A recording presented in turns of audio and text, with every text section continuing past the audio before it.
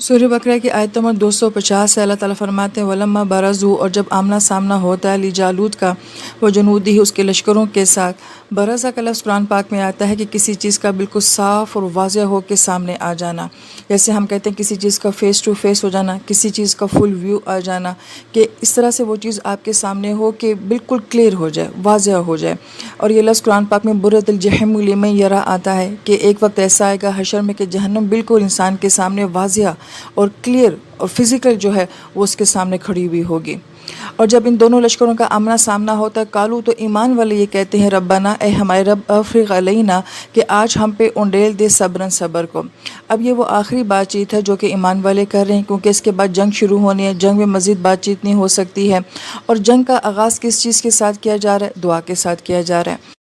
اور آیت مبارکہ میں جو ہے وہ افریق کا لفظ استعمال ہوا ہے جو کہ فرغ سے ہے، اور فرغ کا مطلب ہوتا ہے کہ اگر کسی برتن میں کوئی مائع چیز ہو، یعنی کہ جیسے کہ پانی ہو، اور اس برتن کو مکمل طور پہ انڈیل دیا جائے اور اس کے اندر ایک قطرہ بھی باقی نہ رہے، تو کہا جاتا ہے کہ یہ برتن فارغ ہو گیا ہے۔ جیسے کہ لفظ ہم اپنی اردو زبان بھی بولتے ہیں کہ میں اس کام سے فارغ ہو گیا ہوں، تو کسی چیز کا مکمل طور پہ خالی ہو جانا۔ اب یہاں پہ دعا مانگنے کا کس قدر خوبصورت انداز ہے کہ اللہ تعالیٰ آج ہمیں جو ہے وہ معمولی قسم کا صبر نہیں چاہیے، بلکہ جتنا بھی صبر ہے وہ سب کا سب آج ہمارے اوپر انڈیل دیجیے۔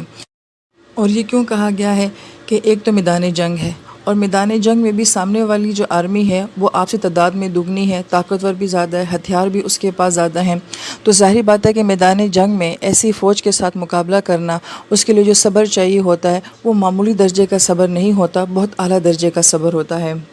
صبر کے اگرچہ بہت سارے مفہوم بتائے جاتے ہیں، مگر اس کی جو جامع تعریف ہوتی ہے وہ یہ کہ ہمت نہ ہارنا، کسی چیز کو بہادری کے ساتھ فیس کرنا اور اس کے اوپر برقرار رہنا۔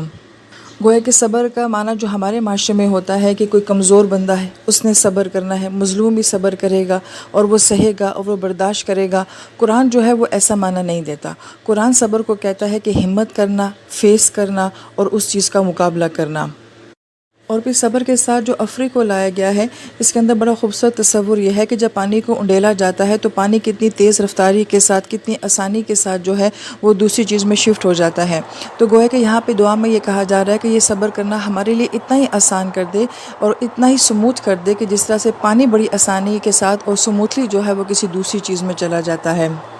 اور پھر یہاں پہ یہ بات بھی غور کرنی چاہیے کہ یہ لوگ یہاں پہ نہ اللہ تعالیٰ سے طاقت مانگ رہے ہیں، نہ بہادری کا سوال کر رہے ہیں، نہ حوصلے کا سوال کر رہے ہیں، نہ کسی ایڈ کا سوال کر رہے ہیں، اور نہ ایون یہ کہہ رہے ہیں کہ آسمان سے کوئی فرشتے ہی نازل کر دیں جو ہماری مدد کے لیے آئیں، جیسے کہ سورہ بقرہ میں تو فرشتوں کا باقاعدہ نزول ہوتا ہے۔ صرف اپنے لیے صبر کا سوال کر رہے ہیں، اس لیے کہ وہ جانتے ہیں کہ اس سچویشن میں آج ان کو سوائے صبر کے کوئی اور چیز جو ہے وہ کام نہیں آ سکتی۔ تو یہاں سے جو ہمیں کانسیپٹ ملتا ہے وہ یہ کہ مشکل وقت میں انسان کا تعلق جو ہے اپنے اللہ تعالیٰ کے ساتھ جو ہے وہ دعا کا ہونا چاہیے، کیونکہ دعا جو آسانیاں لا سکتی ہے وہ کوئی اور دوسری چیز جو ہے وہ نہیں لا سکتی۔ اور پھر اگلی دعا یہ مانگتے ہیں وَثَبِّتْ أَقْدَامَنَا، اور ہمارے قدموں کو ثابت قدم رکھنا، کہ اگر انسان کے اندر کتنا ہی صبر کیوں نہ ہو، لیکن اگر وہ اس کے ظاہر سے نظر نہ آ رہا ہو تو وہ اپنی بات میں جھوٹا ثابت ہو جاتا ہے۔ اور جنگ کے میدان میں اندر کا صبر کافی نہیں ہوتا، بلکہ وہ ظاہر میں نظر بھی آنا چاہیے۔ اس لیے صبر کے بعد یہ کہا ہے کہ اللہ تعالیٰ کہ ہمارے قدموں کو اکھیڑ نہ دینا، ہمیں اس فوج کے آگے بزدل نہ بنا دینا۔ اور پھر اس کے بعد دعا مانگی گئی کہ وَانصُرْنَا عَلَى الْقَوْمِ الْكَافِرِينَ، کہ ہماری مدد فرما کافرین قوم کے خلاف۔ اب اگر آیت مبارکہ کی ترتیب دیکھی جائے تو پہلے اپنی ذات کے لیے ہمت کا سوال کیا ہے، اور پھر اس ہمت کو عملی جامہ پہنانے کے لیے کہا ہے کہ ہمارے قدموں کو ثابت قدم رکھنا۔ تو گویا کہ ایک اندر کی ہمت اور پھر باہر اس ہمت کے ساتھ لڑنا، فوج کا سامنا کرنا، اور پھر تیسرے سٹیپ پہ جا کے یہ کہا ہے کہ ہماری ہمت اور ہمارا لڑنا ہی کافی نہیں ہوگا جب تک کہ آپ کی نصرت جو ہے وہ ہمارے ساتھ شامل نہیں ہوگی۔ یہ قرآن کا باقاعدہ فلسفہ ہے کہ پہلا کام انسان کو خود کرنا پڑتا ہے، اپنے حالات کے ساتھ خود مقابلہ کرنا پڑتا ہے، استقامت دکھانی پڑتی ہے، اور پھر اس کے بعد جو ہے وہ اللہ تعالیٰ کی مدد کا جو ہے وہ سوال کیا جاتا ہے۔ پھر یہاں پہ کافرین کہا گیا ہے کیونکہ انبیاء جو ہوتے ہیں وہ تو اپنی امت کے لیے رحمت ہوتے ہیں، لیکن جب کوئی نبی اگر اپنی ہی قوم سے لڑتا ہے تو اس کا مطلب یہ ہوتا ہے کہ کوئی بہت بڑا جرم ہوگا، کوئی بہت بڑی خطا پیچھے ہوگی، ورنہ انبیاء جو ہیں وہ اپنی قوموں کے ساتھ جنگ نہیں کرتے ہیں۔ اس لیے یہاں پہ کافرین کا لفظ ہے، اب اس کے شروع میں الف لام بھی آ گیا، معرفہ، اور یہ جمع کا صیغہ بھی ہے اور یہ اسم بھی ہے، یعنی کہ اگر کوئی جرم جرم مسلسل ہو رہا ہو اور بڑا خاص قسم کی نوعیت کا جرم ہو رہا ہو تو اس جرم کے بعد پھر اس قوم کے ساتھ لڑنا جو ہے وہ ضروری ہو جاتا ہے. لہٰذا اس کا یہ مطلب نہیں کہ ہر وہ قوم جو کہ غیر مسلم ہے اس کے ساتھ لڑا جائے گا، ہر کافر کے ساتھ لڑا جائے گا. نہیں، وہ کافر جس کے کفر کے پیچھے کوئی بہت بڑا جرم ہوگا، جیسے کہ